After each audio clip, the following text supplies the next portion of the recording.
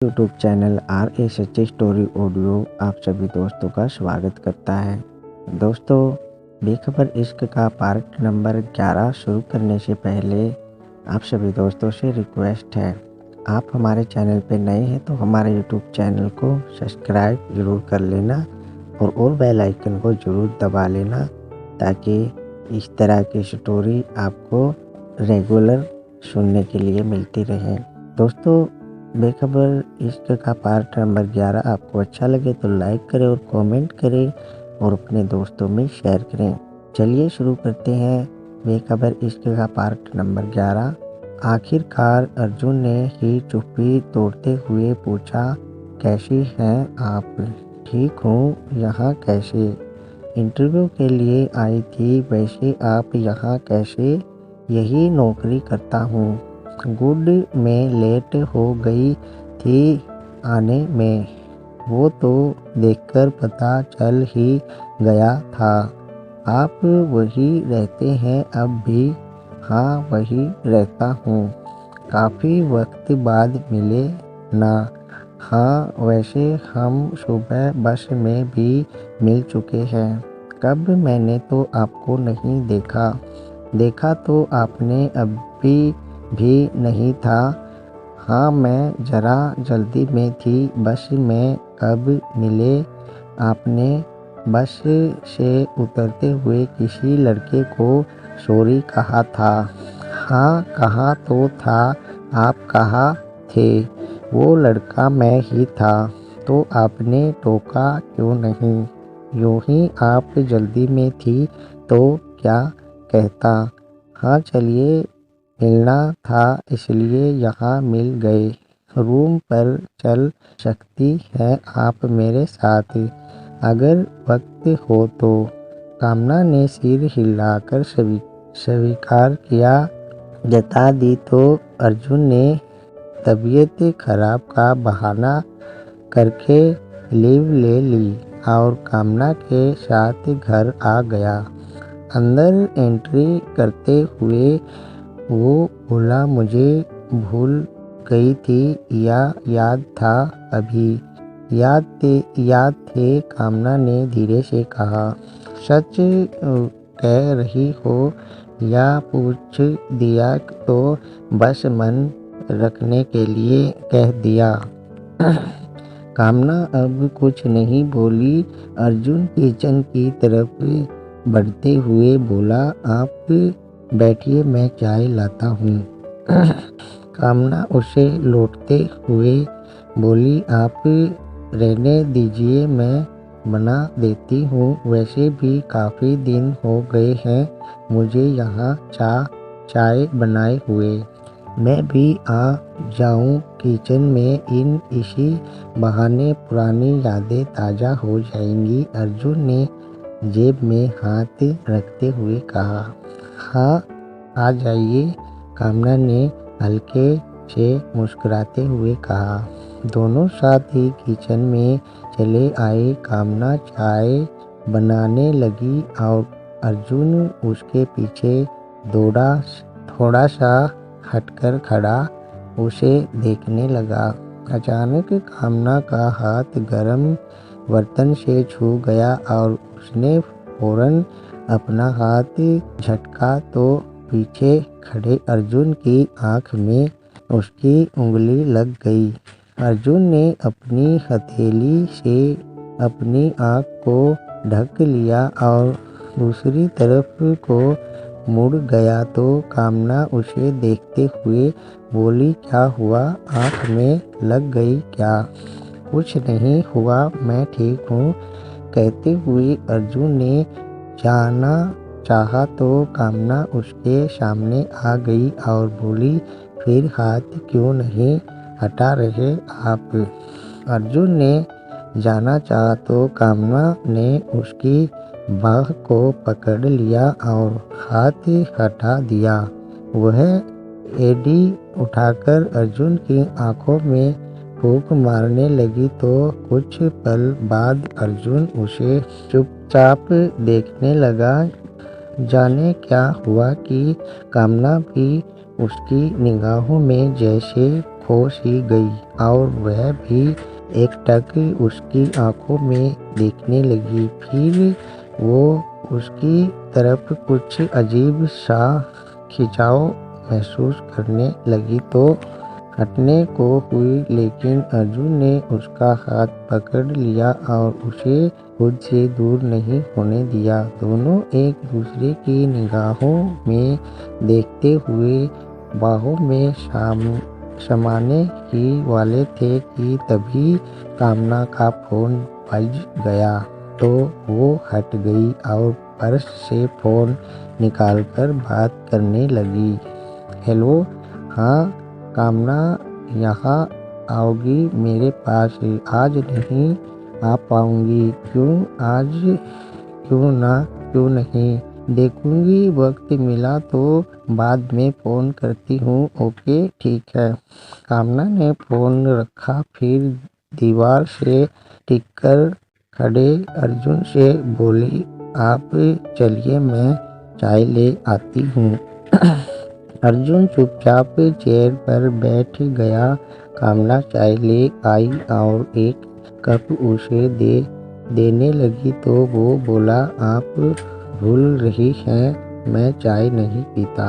मेरा साथ देने के लिए पी लीजिए। आज नहीं, मैं यहाँ बैठा हूँ, इसे ही साथ समझ लीजिए। अब दोनों के बीच चुप्पी छा गई। अर्जुन के चेहरे से साफ जाहिर हो रहा था कि उसे पास आकर यूं दूर हो जाना बिल्कुल अच्छा नहीं लगा है। अर्जुन का मूड ऑफ हो चुका था, इसलिए वो कुछ नहीं बोल रहा था तो कामना ने ही चुप्पी तोड़ते हुए कहा, समिता का फोन था, बुला रही थी। अर्जुन ने धीरे से कहा, उसकी शादी तय हो गई है। अच्छा है, सब टाइम से हो जाए तो ठीक रहता है। हाँ, बहुत खुश है, लड़का अच्छा है। उसी से मिलवाने को बुला रही थी क्या? अर्जुन ने निगाहें उठाते हुए पूछा। नहीं तो वो मिलती नहीं है, फोन पर बात होती है। शायद मुझे फोटो दिखाई थी। अर्जुन ने फिर निगाहें हटाते हुए धीरे से कहा, आपकी शादी फिक्स हो गई क्या? अभी तो नहीं, कामना ने धीरे से कहा और कप लेकर किचन में चली गई। वह कप रखकर बाहर आई तो बोली, अच्छा चलती हूँ, अब घर भी जाना है। अर्जुन ने गर्दन हिला दी और धीरे से हम कहा। कामना बाहर निकली और दरवाज़ा भेड़ दिया तो अर्जुन ने उसके जाते ही गुस्से में टेबल पर लात मारी और जरा तेज ही बोल गया, रसोई में जाना ही नहीं चाहिए था, मुझे दिमाग खराब हो गया था। तभी दरवाज़ा खुला और कामना सामने खड़ी दिखी। अर्जुन की बोलती बंद हो गई। वह कभी उसे देखता तो कभी नज़र दूसरी तरफ हटाता, पर अपनी जगह पर जस का तस खड़ा रहा। कामना अंदर चली आई और टेबल का बिखरा सामान टेबल पर रखते हुए एक तरफ को गई और अपना मोबाइल उठाते हुए अर्जुन के सामने आकर खड़ी हो गई। अर्जुन ने अपनी आंखें बंद करके खुद को काबू में करने की कोशिश की और कुछ पल को चेहरा फेर लिया, लेकिन जब कामना के सामने की आवाज़ नहीं आई तो उसने आँख खोली और अगले ही क्षण कामना को अपनी आगोश में लिया। दोनों चुप रहे और फिर पल भर बाद अलग होकर कामना चली गई थी। अर्जुन ने भी रोकने के लिए कोई आवाज़ नहीं दी थी। कामना यादों से बाहर निकली और एक गहरी सांस भरते हुए उठकर खिड़की पर चली आई। अर्जुन को याद करते हुए बोली, जो आप थे मेरी जिंदगी में उतना अहम और कोई मुझे कभी नहीं लगा। पता नहीं क्या महसूस करती थी मैं आपके लिए, लेकिन जो भी महसूस किया था वो कभी किसी और के लिए महसूस नहीं किया। कोई प्यार का इजहार नहीं, कोई शादी का फेरा नहीं, लेकिन वो एहसास जो आपके साथ था वो फिर कभी नहीं मिला। मनीष से शादी जरूरी हुई, लेकिन उन्हें जानने का मौका तक भी तो नहीं मिला। शादी की रात ही उन्हें पता नहीं कौन सा अर्जेंट काम आ गया कि वो जल्दी में निकल गया और एक हफ्ते बाद लौटते वक्त आकाशीय बिजली गिरने से उनकी मौके पर ही मौत हो गई। परिवार के सब लोगों की नज़र में मैं उनकी मौत की जिम्मेदार हो गई। कैसे? मैंने तो उन पर बिजली नहीं गिराई थी ना। सब कुछ बदल गया एक झटके में। कोई प्यार, कोई अपनापन नहीं मिला, सिर्फ ताने ही दिए इस घर ने मुझे। एक अनीमा ही है इस घर में जो मुझे उदासी से बाहर लाने के लिए हंसाने की कोशिश करती रहती है, मुझसे बातें करके मन बहलाने की कोशिश करती है। घर भी नहीं जा पाई क्योंकि मेरे दुखों के बारे में सुनकर माँ की भी सांसें रुक गई और उस बाप के पास मुझे जाना ही नहीं जिसने अपने शराब के नशे के आगे कभी हमें समझा ही नहीं। आप अर्जुन तो पता नहीं कहाँ गुम हो गए, कभी मिले ही नहीं।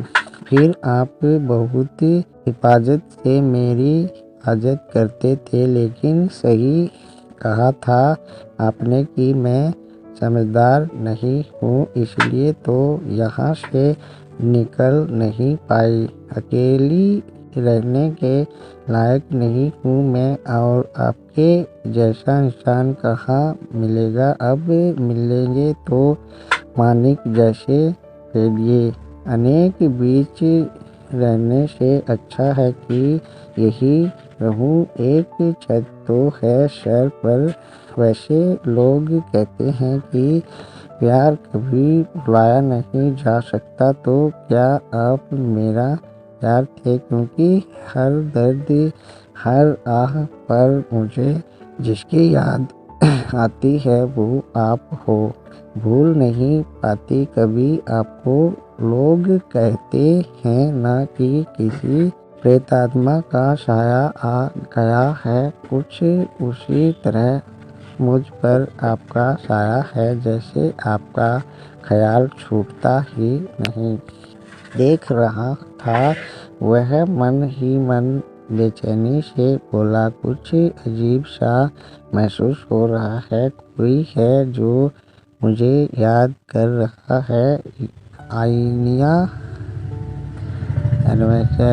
अगले ही पल अर्जुन की आंखें आग सी चमक उठी और उसने अपनी आंखें बंद करके मन ही मन कहा हो तुम दोनों इधर। दोनों चमगादड़ पंख फड़फड़ाते हुए एक दूसरे को देखने लगे और आंखों ही आंखों में कहा, इतनी रात में इसे टेलीपैथी की क्या सूझी। आनिया ने भी आंखें बंद की और बोली, सब ठीक तो है ना? वहाँ अर्जुन इधर से बोला, हाँ ठीक है। मुझे लगा वहाँ कोई परेशानी है, मुझे याद कर रहे हो। अन्वय बोला हूँ, हम क्यों याद करेंगे, हम तो आराम से उल्टे लटके हुए मुझे कर रहे हैं। आइनिया बोली, तुम ही दूर भागते फिरते हो, कभी आओ घूमते फिरते इस तरफ भी। तुम लोग ठीक हो तो ठीक है, मुझे बस यही जानना था। अर्जुन ने कहा और अपनी आंखें खोल दी। अन्वया ने आनिया की तरफ देखकर कहा, ये नहीं आएगा, बहुत अजीब है। उधर अर्जुन अब मन शांत करने के लिए हवा से बातें करता हुआ जबलपुर के जंगलों में निकल गया। कामना की याद आई तो उसने गर्दन झटकते हुए खुद को रोक लिया और पत्थर पर बैठते हुए मन ही मन सोचा, उसके ख्याल आज भी मन से नहीं जाते। बहुत सीधी लड़की थी, लेकिन इंसानों से हमें क्या वास्ता, वैसे ही मेरा मिजाज किसी से नहीं मिलता। उसके चलते पूरे कुनबे से अलग होकर बैठा हूँ, लेकिन किसी इंसान को पाकर मुश्किलें और नहीं बढ़ा सकता। अब तो जाने कहाँ होगी, खुद का परिवार भी होगा। लगभग 2 साल होने को आए हैं। हमारी आखिरी मुलाकात को उससे मिला था तो ये याद काफ़ी है, लेकिन उसमें मिल जाए ये मुमकिन नहीं था। बहुत डरपोक लड़की थी, जरा सी घटना से तो सदमे में चली गई थी। मेरी ज़िंदगी में आने के बाद तो हर पल कुछ ना कुछ होने का डर लगा ही रहता था।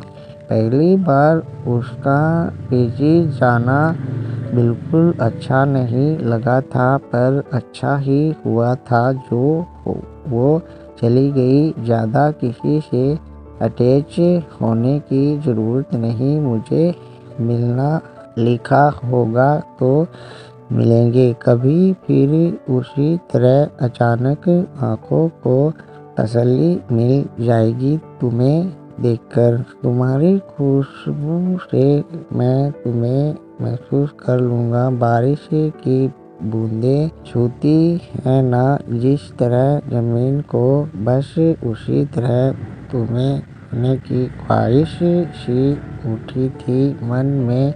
आखिरी बार इसलिए तुम्हें गले से लगा लिया था और बसा लिया था तुमको अपने मन के अंदर। न जाने कैसी बेकरारी सी जगी थी उस रोज तुम पर पहली बार मैंने आँखों से जादू करने की कोशिश की थी, वरना मैंने तुम पर पहले कभी अपनी कोई शक्ति इस्तेमाल करने की कोशिश नहीं की थी। पर तुम इतनी भी सरल नहीं थी। रोक लिया था तुमने खुद को मेरे मोहन में आने से और दूर हटना चाहा था। बहुत बुरा लगा था जब स्मिता के फ़ोन की वजह से तुम मुझसे दूर हो गई थी, तो बहुत गुस्सा भी आ रहा था तब, क्योंकि मैं खुद को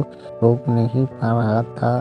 तुम्हारे करीब जाने से तुम इंसान हो ये जानते हुए भी मैं शायद तुम्हारा दीवाना होता जा रहा था। तुम भी मेरी पक के चलते शायद मुझसे जुड़ाई महसूस करती थी। शायद ही कहूँगा, क्योंकि मैंने कभी तुम्हारा मन पढ़ने की कोशिश नहीं की। ना जाने क्यों कभी भी तुम पर अपनी शक्तियों को आजमाने का जी ही नहीं चाहा। तुम्हारे साथ एक साधारण इंसान की तरह जीने का मज़ा ही अलग था। तुम्हें खुद की दुनिया में शामिल नहीं कर पाया, लेकिन तुम्हें खुद से अलग भी नहीं कर पाया हूँ। आज तक तुम मेरे अंदर ही हो। वो पहली बार था जब मैंने तुम्हें हुआ था और गले से लगाया था, लेकिन चाह कर भी कुछ कह नहीं सका था। मन में बहुत से एहसासों ने उथल मचाया हुआ था, लेकिन शब्द नहीं मिले थे कि उन्हें बयां कर सकूं। एक खून पीने वाला और मांसाहारी वेम्पायर हूँ, तो एक इंसान के प्रति अपने अरमानों को जाहिर कैसे कर सकता था। सब दफन कर लिया उस रोज मैंने खुद के अंदर ही। दोस्तों भाग नंबर 11 हुआ पूरा। आपको अच्छा लगा तो लाइक करें और कमेंट करें और अपने दोस्तों में शेयर करें। आप हमारे चैनल पे नए हैं तो चैनल को भी सब्सक्राइब जरूर कर लें और बेल आइकन को भी जरूर दबा लीजिएगा, ताकि आपको रेगुलर ऐसी ही स्टोरी सुनने के लिए मिलती रहे। मैं मिलता हूँ इस स्टोरी के अगले पार्ट नंबर 12 में। तब तक के लिए इस पार्ट को ढेर अच्छे से एंजॉय कीजिए और मुझे दीजिए इजाज़त। जय हिंद, जय भारत।